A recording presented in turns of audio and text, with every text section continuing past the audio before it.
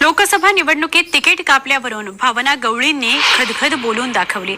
वाशिममधील कार्यक्रमात बोलताना त्यांनी आपली नाराजी बोलून दाखवली। त्या सर्व्हेमुळे भावना गवळींचा बळी गेला, त्यामुळे आता कोणाचाही बळी जाऊ देऊ नका असं त्या म्हणाल्या।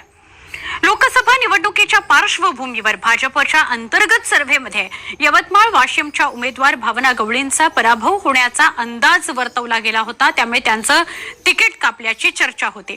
वाशिमच्या कार्यक्रमात याचाच संदर्भ देत भावना गवळींनी आपली नाराजी बोलून दाखवली।